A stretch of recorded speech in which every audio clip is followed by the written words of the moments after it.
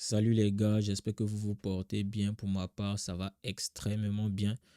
Aujourd'hui, sujet assez délicat pour la gente féminine, mais pas pour moi, parce que vous le savez bien, je n'hésite pas à aborder les sujets tabous, parce que faut bien que quelqu'un le dise. Alors, si vous aimez bien les thématiques que j'aborde sur ma chaîne, abonnez-vous, likez dès à présent, pas besoin d'attendre plus longtemps. Et aussi, n'hésitez pas à me mettre des commentaires lorsque vous souhaiterez réagir, je vous lirai et ça fait toujours plaisir de savoir ce que vous pensez.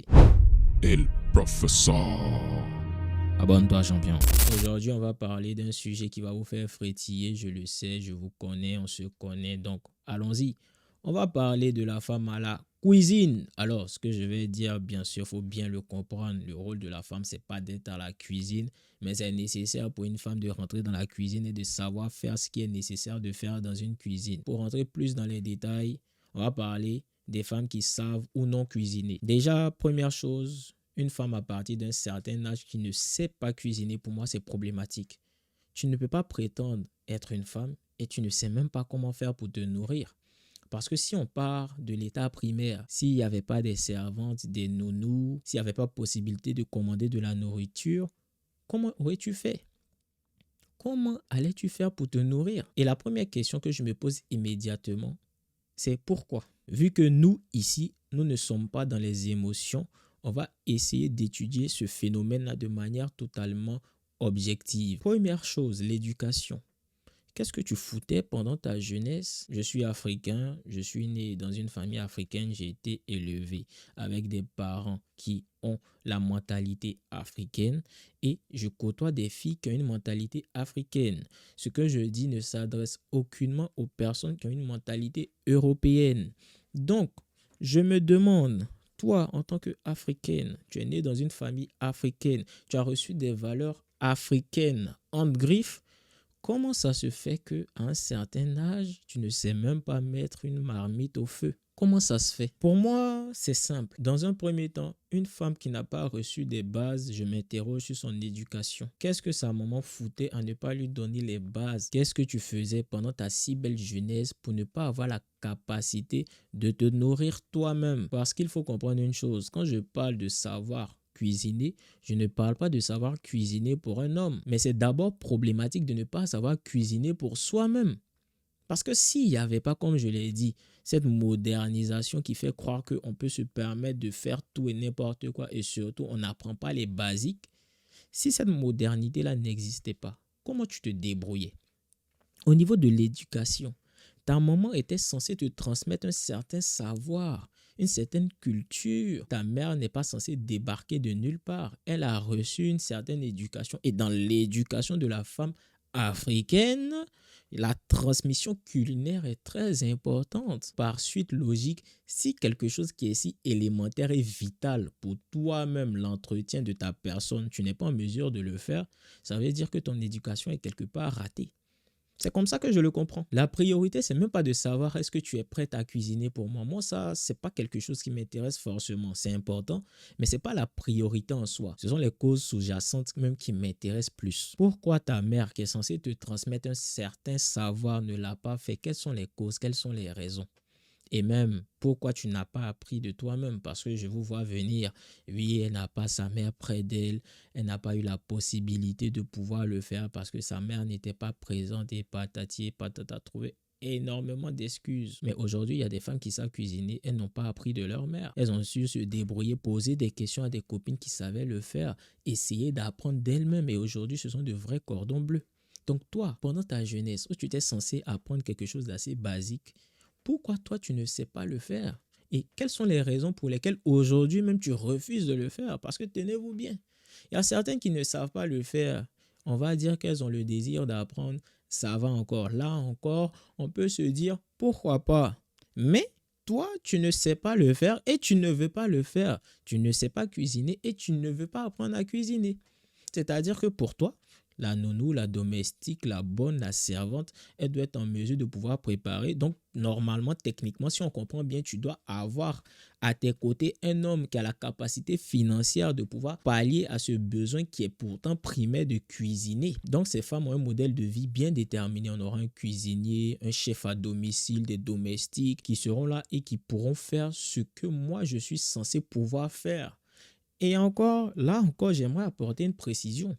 Le problème, ce n'est pas de prendre des domestiques, des personnes qui vont s'occuper des tâches comme celle-ci, c'est-à-dire nettoyer la maison ou cuisiner. Mais c'est est-ce que tu sais le faire? Il y a une grosse différence entre savoir le faire et te demander de le faire tout le temps. C'est pas du tout la même chose. Il est normal qu'un homme qui est assez aisé essaie de faciliter au maximum la vie d'une femme. Donc, il peut lui demander de ne pas cuisiner, c'est son choix. Il peut lui demander de ne pas entretenir une maison, c'est son choix.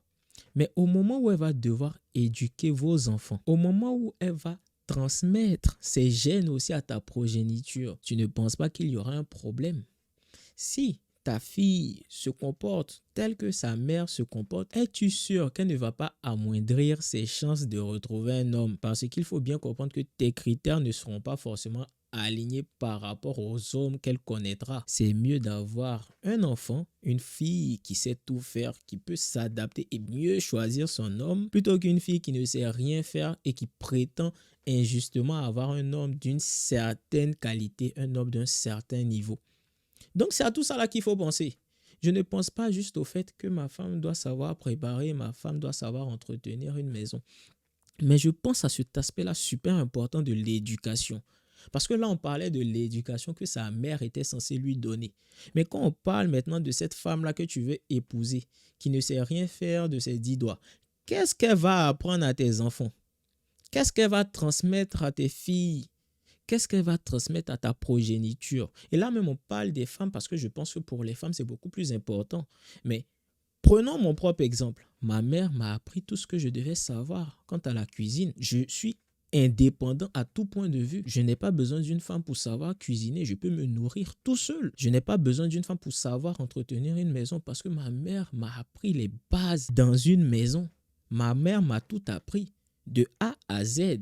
Mais pourquoi elle m'a appris cela? Parce que avant, elle aussi, elle a reçu ce qu'elle m'a appris. C'est parce qu'on lui a appris qu'elle m'a appris. Mais toi, si tu as une femme qui ne connaît rien, elle va transmettre quoi à tes enfants? Comment tes enfants vont devenir autonomes? Comment tes enfants vont pouvoir se débrouiller seuls? Si même ta femme ne sait pas comment se débrouiller toute seule, elle a besoin tout le temps d'être assistée. Elle a besoin tout le temps qu'il y ait quelqu'un auprès d'elle pour pouvoir faire ce qu'elle ne sait pas faire. Comment cette femme-là peut transmettre quelque chose de bon à tes enfants? Donc, au-delà du fait qu'on dise que la femme, sa place est à la cuisine, ou on dise qu'une femme doit savoir faire le ménage et elle est là pour nettoyer, laver les assiettes, au-delà de ça, il faut comprendre que c'est une transmission. C'est qu'est-ce qu'elle va apprendre à tes enfants. C'est bien beau de dire oui, j'ai besoin d'un homme qui va pouvoir m'entretenir et sûrement ces tâches-là, je ne suis pas censé les faire. Mais cet homme-là, pour pouvoir assumer ce train de vie que tu veux, il va aller travailler pendant un bon moment. Il va devoir vraiment être rigoureux au niveau professionnel. Et il ne peut pas être très très rigoureux au niveau professionnel et venir s'occuper d'une maison par la même occasion. L'éducation de vos enfants en va de ta responsabilité principale. Quelqu'un qui ne sait rien faire, qui elle-même n'a rien appris, comment cette personne-là peut transmettre quelque chose à ta progéniture? As-tu pensé à ça? As-tu pensé au fait que cette femme-là ne peut rien transmettre à ta progéniture? Parce que moi, je pense beaucoup à l'avenir de mes enfants. Quand je regarde une femme, je me demande qu'est-ce qu'elle va apporter à ma descendance. Parce que je ne veux pas avoir une descendance ratée. Ah non, je pense que vraiment mes parents m'ont très bien conçu. C'est pas pour leur lancer des fleurs ou c'est pas pour me mettre au-dessus de quiconque. Mais je pense que mes parents m'ont assez bien conçu avec une mentalité assez développée pour ce que je vois dans cette génération-là. Et donc, je fais très attention au choix de femmes dans ma vie parce que je veux être en capacité de pouvoir transmettre de bons gènes à mes enfants. Que déjà à ce niveau-là, ça ne soit pas raté pour minimiser les risques que mes enfants eux-mêmes partent en dérive. Donc, je fais très attention à qu'est-ce que cette femme-là, elle va transmettre à mes enfants. Tu dois réfléchir à qu'est-ce qu'elle pourra transmettre à tes enfants. Mais si elle n'a rien appris, elle ne connaît rien, elle ne fout rien et pour elle, tout lui est dû. Qu'est-ce qu'elle va pouvoir transmettre à tes enfants et comment tes enfants vont pouvoir se débrouiller dans cette vie qui est dure? Parce que oui, tu peux avoir certaines facilités, mais ces facilités-là ne sont pas infinies. Faut pas que tes enfants se complaisent dans une situation qu'ils n'ont pas créée eux-mêmes. Ils n'ont pas connu tes difficultés. Ils n'ont pas connu les difficultés que tu as eu à rencontrer pour en arriver là. Eux, ils ne savent que jouir de ce qu'ils ont là maintenant. C'est bien beau de jouir de cela, mais c'est très important aussi de connaître les bases. Si tu as une femme qui ne maîtrise pas les bases, comment tes enfants vont pouvoir maîtriser cela pour faire face plus facilement aux difficultés de la vie? Le deuxième point, et sûrement un point aussi très important dans ton choix de femme, on est toujours dans le même cas, le fait de pouvoir entretenir une maison, pouvoir cuisiner, en tout cas, pouvoir faire ce qui est nécessaire dans une maison et on va dire répondre aux besoins primaires, tout simplement. Si tu choisis une femme qui ne sait pas entretenir une maison, qui ne sait pas cuisiner, le jour où tu auras des difficultés, ne t'attends pas à ce qu'elle reste. Si tu choisis une femme qui a l'habitude d'être dans la facilité, le jour où ça sera difficile pour toi, ne t'attends pas à ce qu'elle reste parce qu'elle ne restera pas. Elle n'est pas habituée à la difficulté. Elle ne connaît pas la difficulté et elle ne veut pas souffrir. C'est vrai qu'on dit très souvent que la femme n'aime pas la souffrance, mais la femme souffre pour celui qu'elle aime. La femme, certes, n'aime pas la souffrance, mais elle souffre pour celui qu'elle aime. Mais si son amour est déterminé et corrélé à tes poches, le jour où tu n'auras plus d'argent, son amour aussi va disparaître et conclusion, elle ne va pas souffrir pour un homme qu'elle n'aime plus. Si l'amour qu'une femme ressent pour toi est proportionnel à la profondeur de tes poches et surtout à l'épaisseur de ces poches-là, dis-toi bien que le jour où tes poches seront totalement plates, son amour va disparaître et elle ne va sûrement pas souffrir avec toi. Quand tu vas rencontrer des difficultés, lorsque par exemple tu vas faire face à un licenciement, ton entreprise fait face à des difficultés, tu dois vraiment serrer la ceinture, elle ne sera pas prête à serrer la ceinture avec toi. Elle ne sera pas prête à faire quelconque effort pour rester avec toi. Donc, c'est très important de comprendre que au-delà même du fait que ta femme doit savoir cuisiner, entretenir une maison, tout ce qu'on dit généralement là, il y a ce petit aspect-là où si elle est déjà habituée à une certaine facilité et elle ne connaît pas la difficulté, elle ne sait pas se suffire à elle-même, ça sera très compliqué pour toi de la maintenir lorsque tu vas devoir faire face à des restrictions budgétaires. Elle ne sera pas d'accord, elle ne va pas du tout comprendre et elle va te blâmer pour ça. Cerise sur le gâteau, elle va rechercher un homme qui pourra toujours lui permettre d'avoir ce train de vie qu'elle a déjà. Parce qu'elle ne veut pas souffrir avec toi. L'amour qu'elle avait pour toi, c'était en fonction de tes poches. Mais vu que tes poches sont trouées désormais, l'amour qu'elle avait pour toi s'est échappé par le même trou et quelqu'un d'autre va ramasser pour pouvoir s'en occuper.